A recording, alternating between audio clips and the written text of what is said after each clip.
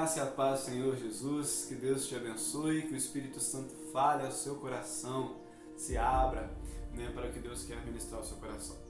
Nós estamos aprendendo a orar. Sem humildade não vamos aprender. Sem humildade não há aprendizado. Nós precisamos reconhecer que nós podemos aprender a orar, que nós precisamos aprender a orar. Esse é o desejo do meu coração e a minha oração. Aprender a orar pelos motivos corretos, com a motivação correta, por mais tempo, com mais intensidade, com mais fervor, ter um momento de oração ali vivo, cheio do Espírito Santo, Senhor. Esse é o meu desejo, ouvir a voz de Deus, ser direcionado pelo Espírito Santo de Deus para viver uma vida que agrada ao Senhor. Se esse também é o seu desejo, ore, busque a presença de Deus, se humilhe diante do Senhor e reconheça que através destes simples devocionais nos quais nós estamos meditando a respeito dos assuntos que falam de oração no Novo Testamento, o Espírito Santo vai nos encorajar, nos ensinar, nos motivar. Aleluias, e que assim seja, em nome de Jesus. Quero meditar no João capítulo 15, versículo 7, que diz assim: se vocês permanecerem em mim e as minhas palavras permanecerem em vocês, pedirão o que quiserem e lhes será concedido. Aleluia! O que você quer? A palavra de Deus diz que se nós permanecermos em Cristo, e as palavras de Cristo permanecerem em nós, pediremos o que quisermos e isso será concedido. O que você quer? Já imaginou receber tudo o que você deseja em oração? Tudo que você quer pedir, tudo aquilo que você sonha, tudo aquilo que você almeja, você conseguir, você receber de Deus. Já pensou uma coisa dessa? Parece surpreendente, né? Jesus ele diz que tudo seria concedido a nós, tudo que nós pedíssemos seria concedido a nós.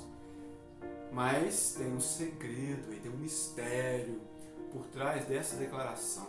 Nós não podemos pegar esse trecho isolado, nós não podemos achar que Deus ele vai nos dar tudo aquilo que nós queremos, né? Ao nosso bel prazer. Não, de forma alguma. Não seria bom para nós. Se Deus ouvisse todas as nossas orações carnais, todos os nossos desejos, não seria bom para nós, porque nós não sabemos o que é melhor para nós. Deus sim, Ele sabe o que é melhor para cada um de nós. E o segredo dessa declaração do Senhor Jesus é permanecer nele.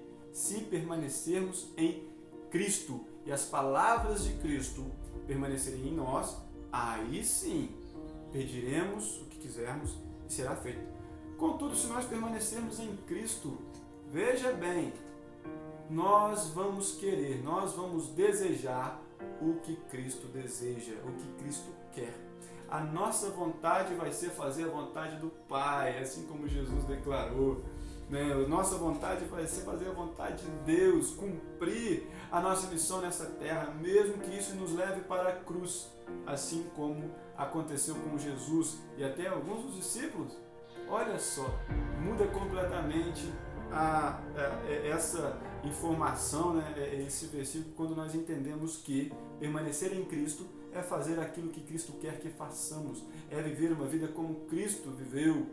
E as palavras de Cristo permanecerem em nós é continuar, é permanecer, é viver uma vida na permanência. O que acontece com essa declaração é que nós podemos permanecer ou não. É que nós podemos obedecer por um tempo, mas depois não obedecer. Então não podemos desanimar, precisamos buscar sempre. A oração nos motiva, nos ajuda a continuar e a permanecer em Cristo. Sem oração não existe permanência em Cristo. Sem oração, sem vida de oração, nós não conseguimos permanecer e nem as palavras de Deus permanecem em nós. Porque é assim que é. Nós não podemos entender como que funciona essa dimensão da oração.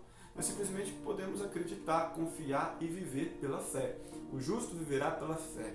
A palavra de Deus fala que nós precisamos orar. A palavra de Deus fala que nós vivemos a vida de oração. Nós vemos Jesus orando o tempo todo. E aí Jesus vai falar que nós precisamos permanecer nele. A palavra de Deus permanecer em nós, para que tudo aquilo que nós venhamos a pedir seja de acordo com a vontade de Deus, para que tudo que nós venhamos pedir seja de acordo com o que Cristo quer para nós. E Ele tem o melhor para as nossas vidas e para as pessoas que estão ao nosso redor. Jesus ele não vive uma vida egoísta de forma alguma. A palavra de Deus diz que Ele não veio para ser servido, mas para servir. Ele disse isso. Quando nós permanecemos em Cristo, nós imitamos a Cristo. nós começamos a pensar em servir aos outros, não a desejar ser servidos. Tratamos os outros superiores a nós mesmos, nos humilhamos diante de Deus. Nós preferimos ser humilhados do que vir a humilhar as outras pessoas. Precisamos ser humildes, precisamos reconhecer que nossa dependência está em Deus e a nossa vida está nos céus, nossa cidadania está nos céus. Louvado seja o nome do Senhor. O segredo da oração respondida, da oração eficaz, poderosa, é orar segundo a vontade de Deus, é permanecer em Cristo e as palavras de Cristo permanecerem em nós. Se fizermos isso, tudo aquilo que nós pedimos será concedido. Olha para a vida dos discípulos, de Paulo, da igreja primitiva. Eles permaneciam em Cristo e a palavra de Deus permanecia neles. E tudo o que pediam, receberiam, de acordo com a vontade de Deus. Exceto se houvesse algum propósito, algum plano, como aconteceu na vida de Paulo. Paulo era um exímio imitador de Cristo, ao ponto de dizer algumas vezes: me imitem, sejam meus, não com orgulho ou arrogância, de forma alguma, mas com humildade. Sejam meus imitadores como eu sou de Cristo. Nós precisamos ter essa ousadia e humildade para declarar isso para as pessoas. Me imitem, façam aquilo que eu faço, porque eu estou imitando a Jesus. Venham comigo, sejam meus discípulos. Precisamos de discípulos, fazer discípulos. É uma ordem de Jesus. Os discípulos fizeram discípulos, os discípulos fizeram discípulos, Paulo fez seus discípulos. E nós, cadê os nossos discípulos? Qual é a vontade de Deus para nós? O que você quer? Muitas vezes, quando nós olhamos para isso de oração, a oração poderosa e eficaz, muitas vezes é para a gente viver no luxo, no comodismo, no conforto. Não é isso que Deus quer para nós. Não estou falando que você não possa ser uma pessoa bem-sucedida, de forma alguma. De forma alguma. Se Deus te der condições ou uma condição melhor, glória a Deus pela sua vida, mas não baseie a sua segurança na riqueza que Deus te deu. Use o que Deus te deu, todo o recurso que Deus te deu para manifestar a glória, o amor e a graça de Deus, compartilhando com aquelas pessoas que necessitam. Use tudo que você tem para a glória de Deus. Tudo que nós temos vem de Deus. E se Deus te deu um recurso, não se orgulhe, nem se glorie no recurso que Deus te deu, mas se glorie no Deus que te deu o recurso. E use todo o recurso, tudo aquilo que Deus te deu para a glória do nome do Senhor. Se você tem condições de passear com a sua família, se distrair, se divertir, glória a Deus, faça isso, mas não viva para isso.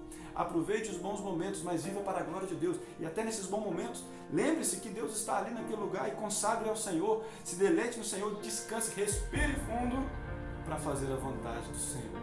Existem momentos que nós precisamos parar e descansar para poder nos alinhar. Sim, existem momentos que nós precisamos parar, descansar, respirar para poder voltar ao propósito, aquilo que Deus quer. Sabe por que nós saímos do primeiro amor?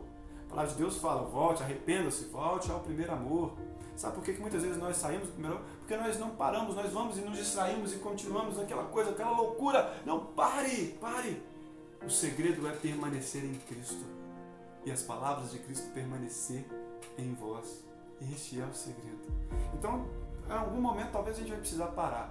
Aproveite seu tempo com a família, aproveite os recursos que Deus te deu da melhor forma, mas não confie nos recursos, porque nós não confiamos em carros, em cavalos, nós confiamos no Senhor.